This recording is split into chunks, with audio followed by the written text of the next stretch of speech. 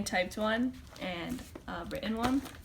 And then it's obvious that the written one is a lot more harder to keep up with and it's messier, especially towards the end when like you don't want to do the notebook anymore. Like there's some chicken scratch.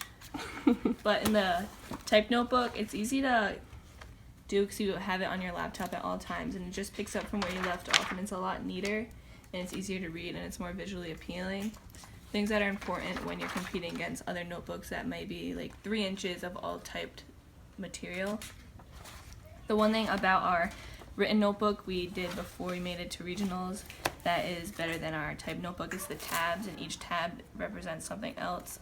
The yellow represented outreach and fundraising, green represented PTC, blue represented design, and red represented failures.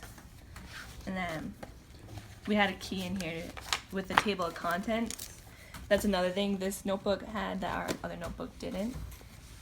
We also included the biographies of every single person on our team, and ours were really short, and I think we should have made them better and more first directed, because first likes to talk about things first likes to do, like outreach and the potential of being involved with STEM in the future. We just all talked about this is our first year in robotics and what we do outside of robotics, which is good to know because we're probably one of the few teams that are not only doing robots outside of school.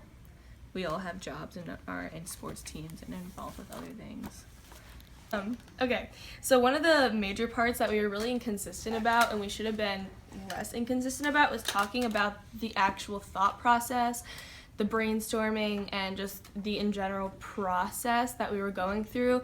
We talked more about the actual events that happened, like Nick did this today, Sydney did this today, Matt did this today, not like, oh, Matt did this and like put this part on the robot because it would help us in competition, blah, blah, blah, blah, blah. So one entry that we thought displayed that, I'm gonna read it, says that today Dylan, Matt V, Parker, and Vicky all worked together on building the frame of the robot. Different ideas were brought up to them on how to design the drivetrain. One of them included using omnidirectional wheels that were put on an angle. This would allow the robot to have a 360-degree turning radius.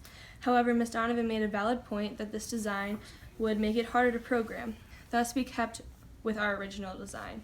So this could have been improved, but this was one of our best entries that thought of the design process and what went through everyone's mind as they were making decisions about what to put on the robot and what to keep off. Also, another thing to have is variety, just to keep the notebook interesting. Like, we have pictures in here of Nick's PTC work and what he did through CAD, and we have like cute little things with our checks, and we have pictures, but that's kind of all we had. We had some drawings, but they like to see drawings a lot, like that's a big thing to them, and we didn't have many of those, which I think we could have had more of just to keep it so it wasn't just all pictures. This is an example of one of the drawings that we had in here. So this was one of the designs that we were trying to think of and how everything would be placed in the robot to try to get try to use less motors, so that we would have more motors to use on other things because you're only allowed to use 8. So this was just an example of a thought process that we had, and below it we just wrote a little caption for the picture that said, "This is a drawing of a possible design idea we may pursue in order to improve the robot and make it more efficient. This would allow us to run the wheels for the pitch machine to run on 1 motor instead of 2, and would allow only 1 stop and go for the programming instead of 2 if it ran on 1 motor."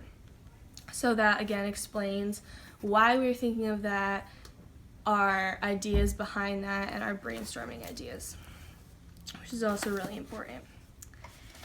So on top of that, in order to do that, you might want to hold like sort of interview type things with everyone on your team. You definitely want to communicate with everyone instead of just writing about what you see in the room, because then you're just writing about the events, like whether you're trying to or not, that's what you're going to do.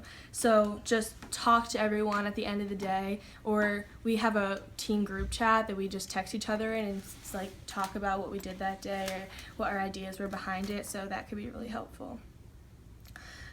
And another big part is talking about your failures. So judges know we're not perfect. They actually sometimes think we're stupid.